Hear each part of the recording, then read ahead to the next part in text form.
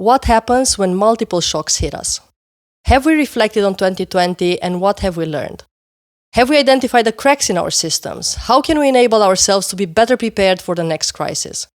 What should we do when we know that uncertainty and complexity are states of nature? We will never have full knowledge. There are no templates to tell us exactly what to do. We will always make mistakes. By acknowledging the above, we allow ourselves to experiment, place early bets, fail fast, and try again. We will acquire the missing information, we will figure out where are the holes, and we will be able to think ahead. Today, my guests are Rajshree Agarwal and Constance Helfat. Rajshree is a professor in entrepreneurship at the Robert H. Smith School of Business, University of Maryland. She studies the evolution of industries, firms, and industrial careers as fostered by the twin engines of innovation and enterprise. Constance, or Connie, how everyone knows her, is a professor in technology and strategy at the Tuck School of Business at Dartmouth College. Her research seeks to understand the nature of strategic change in organizations, particularly change that is the result of emerging technology, knowledge, and capabilities. Welcome to a new episode of Building Resilience, the podcast that hosts some of the most brilliant minds who have studied resilience or have tremendous experience in navigating ever-changing waters. If you find value in it, the best way to support our work is by leaving comments and subscribing to the YouTube channel. Thanks, and enjoy today's talk. Hello, Rajshree. Hello, Connie, and welcome to Building Resilience. I'm very happy to be hosting you. Thank you for having us be part of the show. Yes, very happy to be here.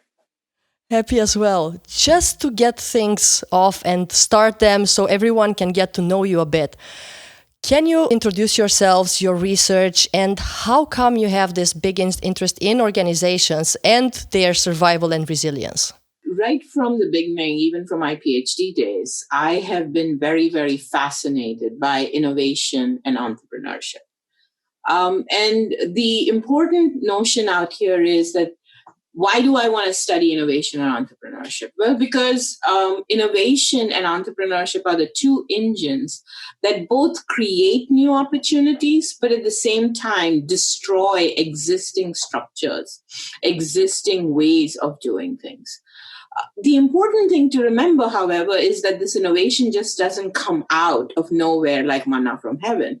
And so for me, the reason why organizational resilience is so important is because the agents of change are often from within the economy itself. They can be existing firms, existing individuals. And even after change is being introduced by someone else, you still need to figure out how are you going to respond to the change. And so if you don't respond to the change, of course, you risk being destroyed or failure. But then the other thing also is that failure at one level does not necessarily mean failure at other levels too. So a lot of the research that I have done has gone across levels of analysis, where it may very well be that firms may not be resilient, but the individuals that work within the organizations may end up starting new organizations. Where does innovation come from? How do people get together within organizations to then think and make sense of change? All of these are topics that are immensely fascinating to me. Thank you, Rajshree. Interesting for me to hear what Rajshree had to say because we're so similar in our interests and even where we started. I mean, I've always been interested in change. I mean, that's what strategy and organizations is about. It's not that relevant to think about staying in place, partly because organizations don't have a choice. There is always something new coming along. And I also started being really interested in technological change. And again, that's all about figuring out what to do in the future. And I'm interested in not only how firms adapt to what's going on outside of their entity, but how they create change, which is, again, partly you can do that through technological innovation and other ways of innovating. Even changing your organizational form will help you make other innovations. So I think, that's always been my interest. I think almost every paper I've ever written has time in it in some way, shape, or form because of that. And I also am interested in the organization as an entity and and the role of individuals. So it's sometimes, people don't always understand that. I have some papers on individuals and some paper on organizations, and they're like, how can you do this? I'm like, well, they both matter for change. So if you can't ignore them, and they work together, right? If you change the form of an organization, it's going to change how individuals interact and what their contributions might be. And how individuals interact might lead to the way organizations change what they do and how they're set up. So I've always been interested in this, and I just keep finding new ways of thinking about it. And the world, always sends us curveballs. So then you think, oh, how are organizations going to deal with this? And what changes are they pioneering? So that's what I'm interested in, and that's what my research is about. Now you spike my curiosity because, as you just said, Connie, a lot of people think of individuals as separate from organizations. But you just both mentioned that they are not, right? And in my view as HR, they are not as well. So one question, how does individual resilience connect to organizational resilience? Is one building on the other? Is one leading to the other? So again, as Connie mentioned, one of the important things to talk about is the concept of resilience itself connotates how are you going to respond to some shocks, some things that have happened in your external environment. And, going back to history and time and evolutionary perspective that Connie and I have a lot in common with, which is, of course, why we work so well together and we've co-authored papers together too. I started off as an industrial organizational economist that wanted to study how industries evolve. But then I gravitated to strategy because I said, well, industries don't make decisions, firms make decisions, right? Their strategies are, in fact, the vehicles through which innovation and entrepreneurship comes about. And as both of you may already be shaking your head about, is no, firms don't make decisions, individuals make decisions. And so to try and separate out individual decision making from organizational decision making, there is value in doing that, by the way, because individuals make decisions, but they take into consideration the context. And the firms and the structures and the systems that are in place both enable or inhibit that. So to your answer about how does individual and organizational resilience come together, they're intertwined in very important ways. But the good thing is, and at least I tend to be an eternal optimist, if certain organizational structures are going to impede certain individuals from enacting in ways that build resilience, then these individuals also have agency to move to other organizations and create change in other structures. Now, this podcast is going to be seen, and the target audience is mainly org design practitioners, business leaders, and HR. So, decades of research and decades of research together. What are some practical applications of your research that we can focus on discussing today, and maybe also touching on the angle that you take when you think about organizational resilience? All right, I guess I could start. So I think I'm known for what are called dynamic capabilities. These are organizational and managerial capabilities that are directed toward change, which is a very broad bucket, right? So it includes individuals at all levels of the organization. It includes capabilities that involve groups of people working together. And that includes thinking about this for the organization in aggregate. It includes capabilities for actually structuring relationships. And plus other things that are very obvious, like technological innovation, undertaking mergers and acquisitions, which of course reorganizes the entire company. Undertaking alliances. There are many things like that. So, all these things are extremely practical, right? How do you do M&A well? How do you figure out an acquisition that'll position you well for the future? When should you be divesting? And then how do you deal with the resulting impact on the organization? What do you have to change and reconfigure within your organization? And how do you undertake technological innovation effectively? What do you do with it? Once you've got an innovation, how do we even tell you have one? Right? What's the best way to organize R&D? Right? I think we know there's not one size fits all, that this is contingent on the history of the organization, the individuals in it, the environment they're in.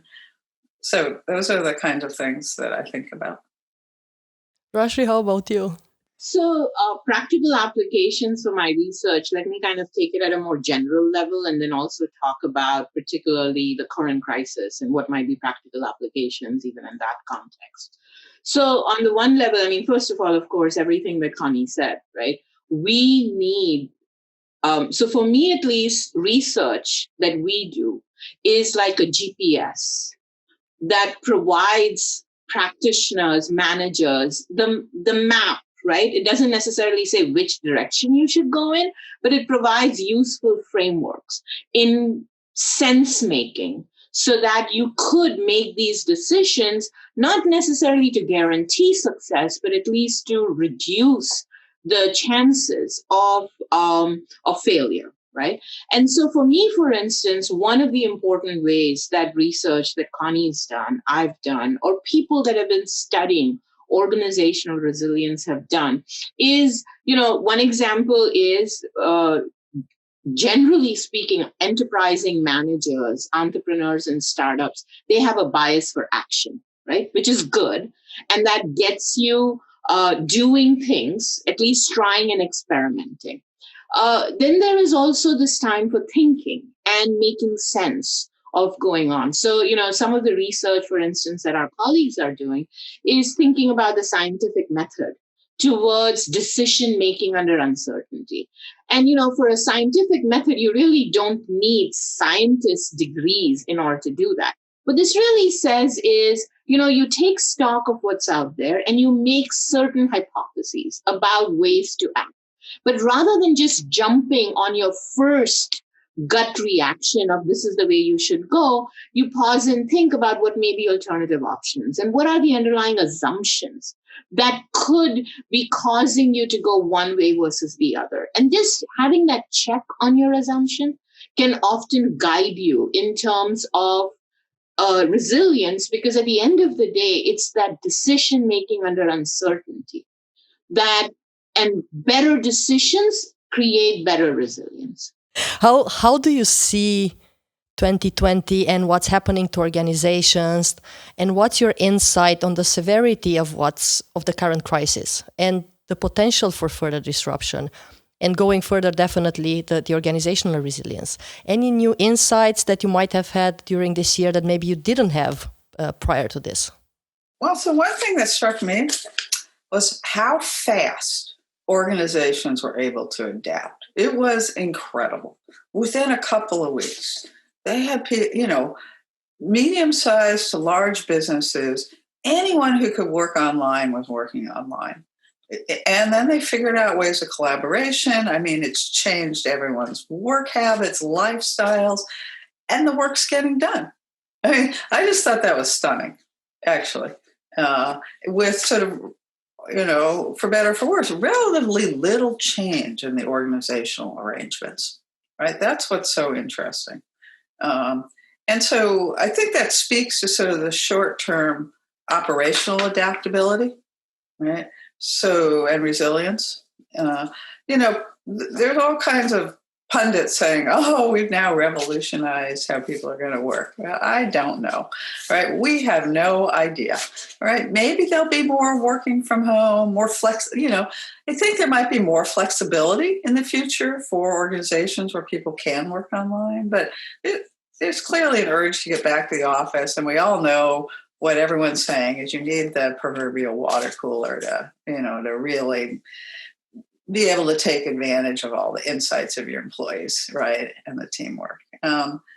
So I think it's to be determined what the long-term impact is.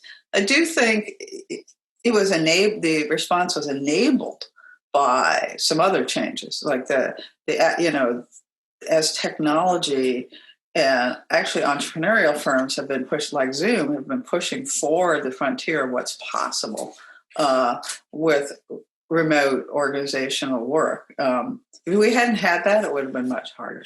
So it's certainly enabled by some of these underlying technological and societal changes. And I expect those are going to keep going regardless of what happens, with the current disruption. And building off of Connie's excellent point there, one of my Forbes op-eds that I had written came directly out of a thought experiment that I had executives in my MBA class do, right? And the thought experiment was very simple. What if COVID-19 had hit 25 years ago, right? And most of us were around in 1995, 1996, right? And what is amazing to think about is all of the technologies that we take for granted today that were not even around 25 years ago, right? All of the firms that we're relying on today that weren't even around. Amazon, essential for home delivery, right? So Connie is absolutely right. It's amazing, astounding to see that in spite of all of the challenges that were thrown at us with lockdowns, thinking about being safe, how do you work virtually? How do you live your lives?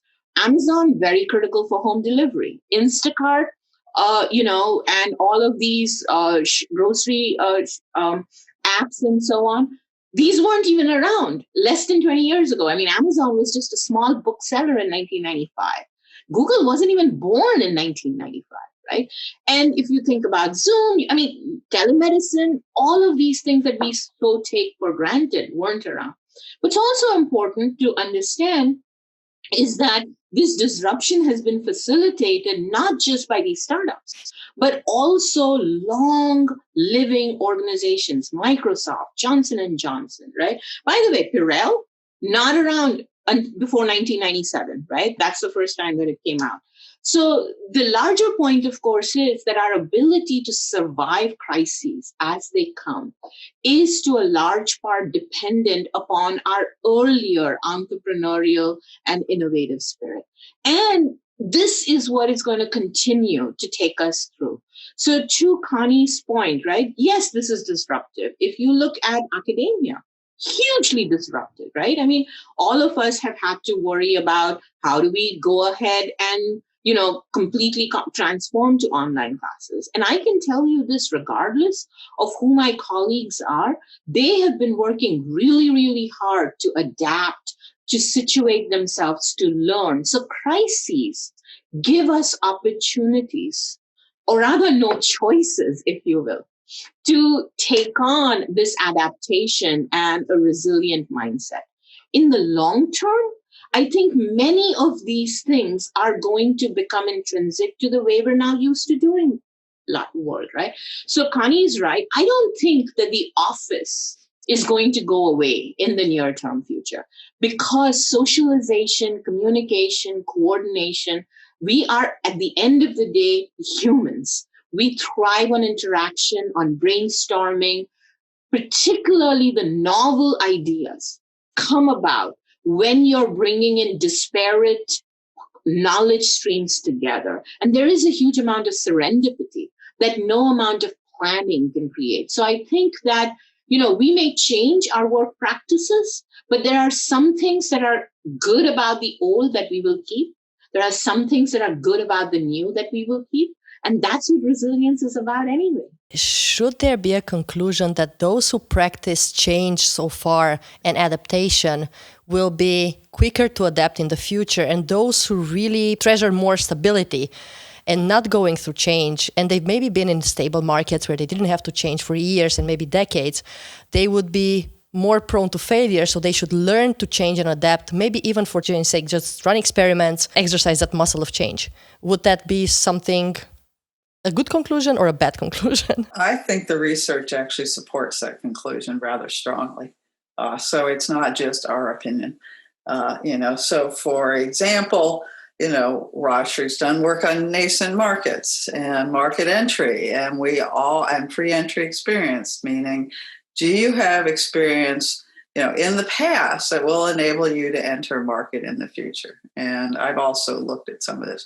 We know resoundingly that the answer to that is yes, you will perform better. All right. So, one issue that comes up is it's not like some general muscle for change, right? I shouldn't say it's not, but it's not only that, right? Because organizations develop skills in certain types of change, right? So, to go back to my mergers and acquisitions example earlier, right?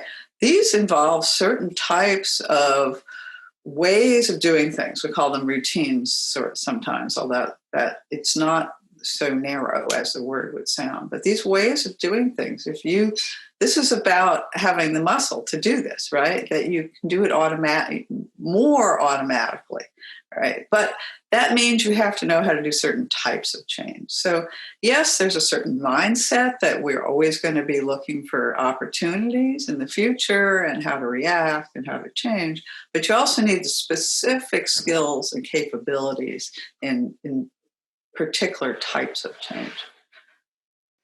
And to build on that, look, stability is a good thing, because stability provides you, so if everything was going to be disruptive, so think about it, right? We talk a lot about disruptive innovation as being a good thing, but do we want every year a brand new disruption in our lives? No, we don't, right? Stability actually, and Connie and I have had a lot of conversations about this, right? Major change actually is not something that we can continually adapt to on a regular basis.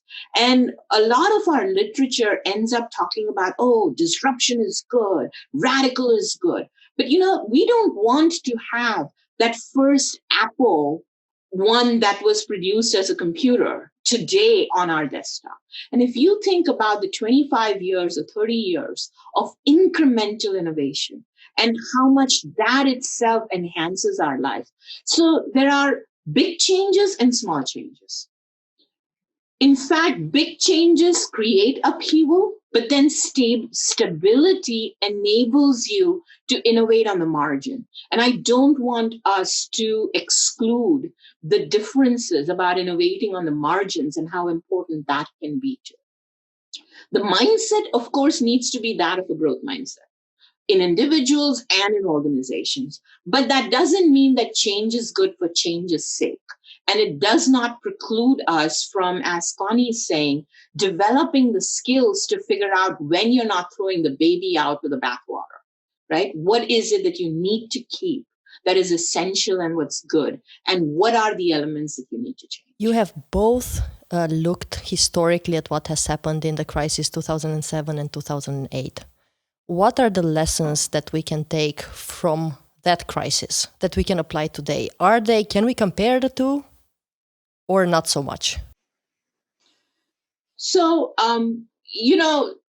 there are different levels at which they're similar and of course are different, right? So the broadest level, one comparison is, hey, we survived the 2007, 2008 crisis when everybody during it was doom and gloom, things have ended for the, and look, so it is a remarkable story of resilience that we rose out of it then in order to come across and confront this crisis today, and we're rising out of it now, right? And so this, in some ways, at that very broadest level, is a testament to the human spirit.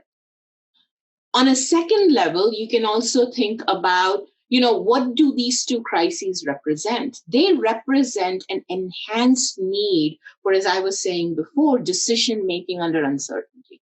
So both of these crises, kind of shake our mind away from business as usual and require us to think through, what do we do now? They also provide opportunities to figure out what were the holes, what were the cracks in the system that we need to now watch out for, sort of future crisis, which is going to come. We know that, right? How do we best enable ourselves to do that? But then at the level of that was a financial crisis, this is much more of a public health crisis.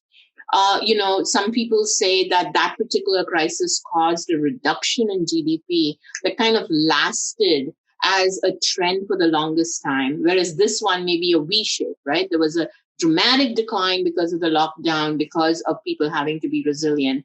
But there is the recovery to the GDP and the economy can be much faster. So I think I'll stop there to talk about how you need to think about, well, what is similar and what is different, and what lessons can we learn?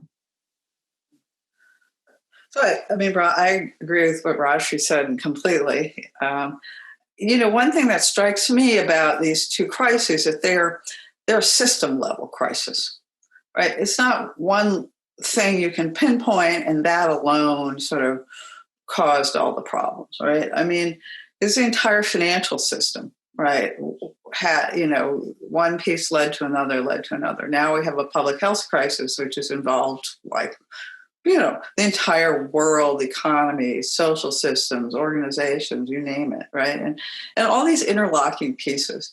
And I think people are not good at figuring out what to do in these situations. That means governments aren't good at it. It means leaders of organizations aren't good at it. These are really big challenges. And I think if you take it down to even the level of an organization and ask, what's required for resilience? Yes, thinking ahead, figuring out where the holes are before they hit you, but also thinking at a system level. How do all the pieces of your organization interact? And what will happen if different shocks hit you? Right? What will happen to all these pieces? Right? And how do we think of them as a system? And I think that would be a very valuable thing to think more about. You both mentioned decision-making under uncertainty and systemic thinking and definitely complexity. But I also feel that this is where the bottleneck is, because it feels like it is too much, and a lot of people get stuck, right? And the decision is not made, or it's made in the wrong way, or it's rushed in, or not all points have been taken into consideration, not all the data has been looked and analyzed. Any tips and tricks on maybe where to start and how to swim through this uncertainty and complexity? So, what is uncertainty? It is actually defined as the state of partial knowledge. Uncertainty arises because we don't know for sure. But then how is uncertainty resolved? It is not like you have this gigantic major revelation, again, like manna from heaven, right? And then all of the knowledge that you need to know is available. One of the things that I often worry about are the pundits that want to do what is called Monday morning quarterbacking, right? Where, let's have all of the relevant information and stuff. Life isn't like that. You're never going to have full information. So then how do you go about acquiring information? You go about acquiring information by experimenting. So I think that one of the things that we need to do in terms of how do we deal with it is first and foremost embrace the fact that as humans, we're neither omniscient, as in knowing everything, nor infallible, as in incapable of making mistakes. And I think that once we adopt that mind frame, it's actually very liberating. It gives us permission to experiment, but actively. It gives us permission to try things, but then constantly be integrating it so that one can look at it. And yes, it needs to allow us to make mistakes and not be judging of ourselves. So Connie made an excellent point, right? Governments don't know what's best. Organizations don't know what's best. And the reason is because we as individuals don't have full knowledge. But rather than criticizing ourselves for not knowing, which is a state of nature, what we need to do is embrace the fact that we want to do the best that we can. Some of us are better able to make those decisions than not. And that's where the definition of organizational success and resilience comes from. The same holds for governments. The same holds for entire economies.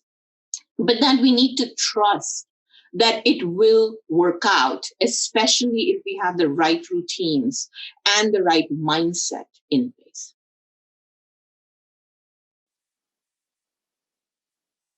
Yeah, I mean, I would add, it's interesting when you see, the part of the difference between the financial crisis and what we have now. The financial crisis was very constraining, right? It didn't leave you that many options. You really, I think, and it's hit one sector much more than others, whereas a pandemic hit all sectors, some more than others, but it really hit everyone. And I think that managers and organizations were scrambling, and some of them realized we have to do something, right? We have no choice. We have to do something. And even though there's no template for exactly what to do, people were drawing on their accumulated knowledge and connections and relationships and past opportunities that had come their way that they hadn't taken advantage of, but they'd kept, sort of in the back burner in case they wanted it. So not all these people who've done well had prior experience with change, but what they had was knowledge and experience that they could leverage. They could put that together and say, maybe I can use this, right? I've got this person on my Rolodex who pitched this idea to me in the past. And I passed on it, but maybe this would work now. So those sorts of things are really important, right? So it's not just, do you have experience changing, but do you have a whole raft of knowledge and capabilities that you can quickly leverage? Thank you. I have a question that I also asked Professor Ranji Gulati, and that is, in your view, what is the final goal of resilience? Is it to get one more time to a stable point? Is it more to get an organization to be immortal and last forever? What, in your point of view, the goal of organizational resilience? I can try taking a crack at that. I think that organizations themselves are very fluid structures in some ways. They change. They have to change, right? And at some point in time, so what are organizations? Organizations are really a set of people who come together. These people may have different skills, different beliefs, different goals, different abilities, however you want to define it. But an organization brings them together towards a common purpose.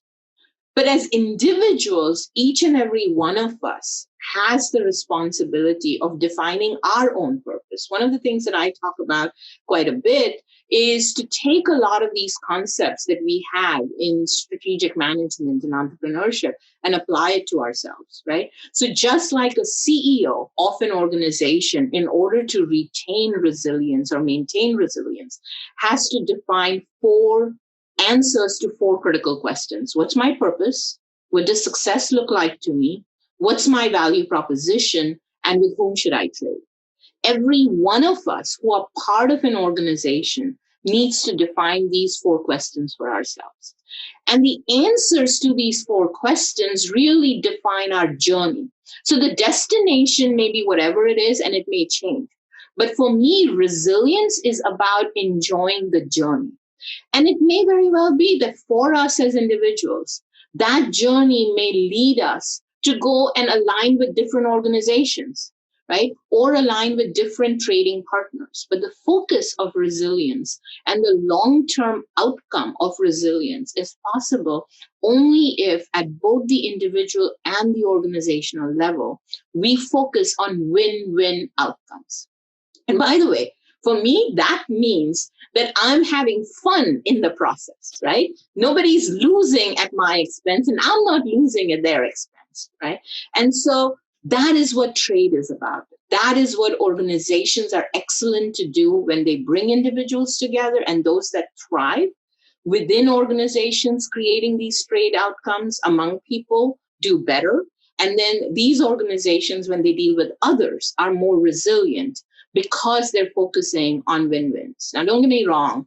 That doesn't mean that there aren't going to be some people that are going to lose on the wayside. I'm not this, happy person. There's no loss. But often competition is actually a secondary consequence. Those that collaborate more successfully end up being more successful, and as a result, leave behind the organizations that aren't as good as collaborating. I would add to Rajshree's excellent points.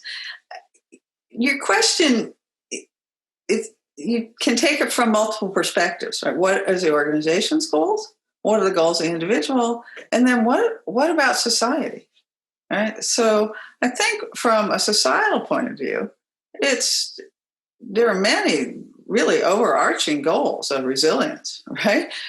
To enable the economy to grow, to enable people to meet their personal goals, to enable their families to thrive. There are so many of these things where without organizations, these economic goals and societal goals are not possible. I think people lose sight of that. They somehow think society and the economy are separate from organizations. And so that's not true. So I think that's the first point about resilience, right? I think the second point about resilience is for organizations to have the opportunities to take advantage of all the new things that are coming down the pike, right? I mean, there's all kinds of opportunities for new products, new services that resilience enable, right? And there are benefits of not having organizations survive, but they're costly, right? You would be much better off for the economy and for society if organizations could be resilient, right? And push forward rather than the havoc of people losing their jobs, et cetera. I mean, certainly some of the best ideas come from entrepreneurial firms, but a lot of them also come from existing organizations. So I think that's really important, right? And then organizations, of course, want to survive, right? And grow, right? So I think that resilience is very important for that. Thank you. Now, just some final, maybe, tips for organizations from your research. Is there something that you would like to leave our viewers with? Something that if we have to narrow it down and leave them with 3 things or 5 things which are important to remember from this episode, from this discussion, what would these things be?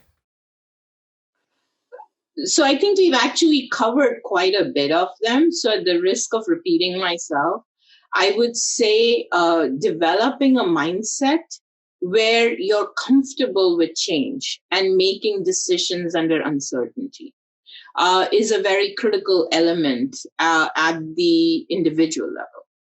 At the organizational level, then, that translates to making sure that your structures and your routines are not stifling change, right? So as we talked about earlier, stability is good, but inertia, as in resistance, is when stability goes over to that negative level, which is what you're stopping then being resilient. So are you within the organization inculcating a culture where your employees do feel empowered and enabled to voice their opinion? And, not every voice is going to have the same amount of ability to, some ideas are better than other ideas, right?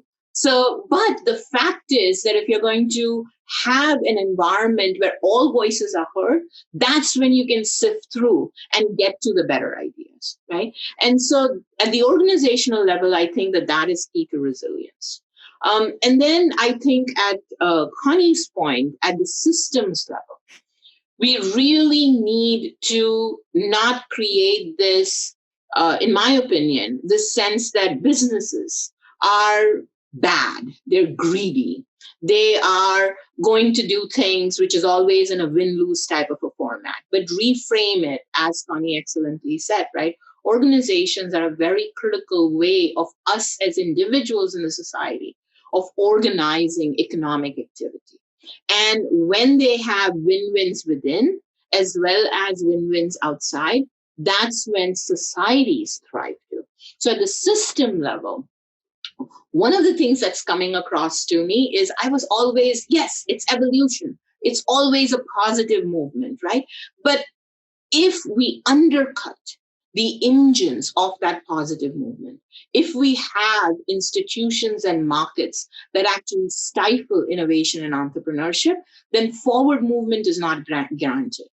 And the crises such as these will cause us to go back in time. And the best example in history is the Middle Ages, right? Where for a long period of time, we did fall back. And there was very little innovation and entrepreneurship until the Renaissance period came by. So that would be what I would leave at, right? At three things at different levels. So I'm going to echo what Rajshree had to say. We always think alike. It's pretty funny.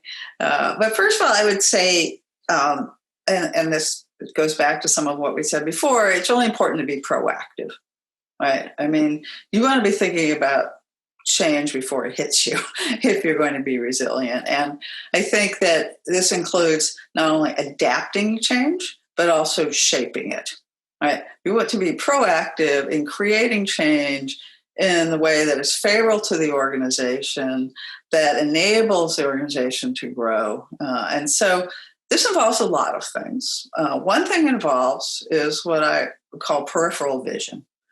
Really having the ability to figure out where are the opportunities coming from, where are the potential problems going to come from, and how do you get peripheral vision? Well, you get this from your organization, right? And so again, to Rajshree's point, it's at all levels, right? So you need structures in place that will allow you to figure out where is this from? I mean, down to the level of the individuals who are interfacing with your customers, your engineers who are dealing with the new technologies, all the way up to the top where hopefully the top management is scanning the environment on a regular basis to figure out where are the opportunities and then triangulating this information from the top to the bottom. And that's a really big organizational problem. It's something that particularly for large organizations, have trouble nailing. And I think that is where org design choices are really critical in enabling organizations to have this peripheral vision and translate that information into ways of being proactive. So I think those are really big challenges.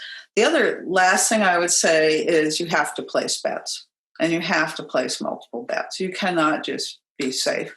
We all know, for example, research on innovation has showed again and again, as well as theoretical models, that you cannot predict with certainty, to go back to Rajshree's point, where are the next successful technologies coming from? What are going to be the products that really take consumers by storm? You have to try things. You can't just place a bet on one big thing. And so you really need multiple bets. You place them early. And then you can figure out without huge investments what appears to be getting traction. And sometimes you're too early, so you just keep them going at a low level. And again, you need an organization design that will let you do this, right? That builds in the possibility of running experiments all the time without, sort of taking the organization off track of what it's actually doing right now. So I think that those are organization design challenges that really feed into the overall growth and opportunities of the organization. Thank you very much, Connie. Rajshree, Connie, this has been a real pleasure for me. And I have learned very much today. So thank you very much. Thank you for your insights and thank you for sharing your research with everyone. Thank you, Yulia, for inviting us and talking to us. And Connie, I am always, I shouldn't be surprised anymore as to how consistent, complementary, and alike we are in our thinking.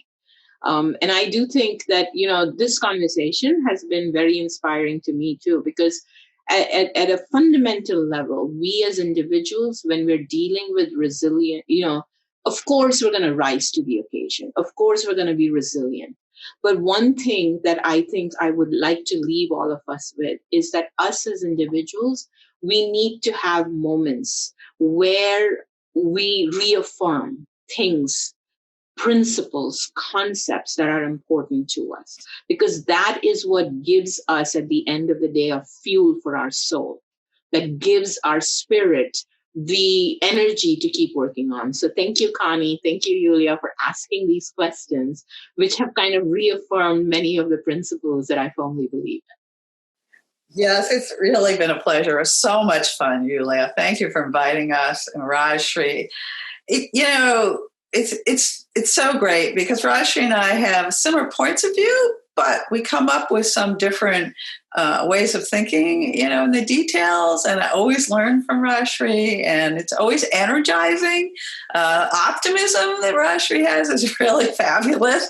And I think that if companies could bottle some of that optimism, it would go a long way toward resilience. So thank you guys both very much. Yeah, I agree. There's a lot of positivity in what both of you say, actually, because it's very fun to read your articles, written separately or together. And you're both very positive about things, right? Most of the views are, oh, you shouldn't do that. Companies are wrong here. Companies are mistaken here. This is what we don't manage to learn or what we don't manage to implement. But you always come from such a positive view, both of you. So it has been a pleasure reading. When you write, you don't necessarily see it from the perspective of a reader. So I really appreciated you saying that. It was very fun to read your research as well. I haven't been through all of it, I have to admit, because you are both very prolific, but I did manage to read a few. Thank you so much to both of you, and thank you for your time today. Okay, thank you. Thank you. Take care.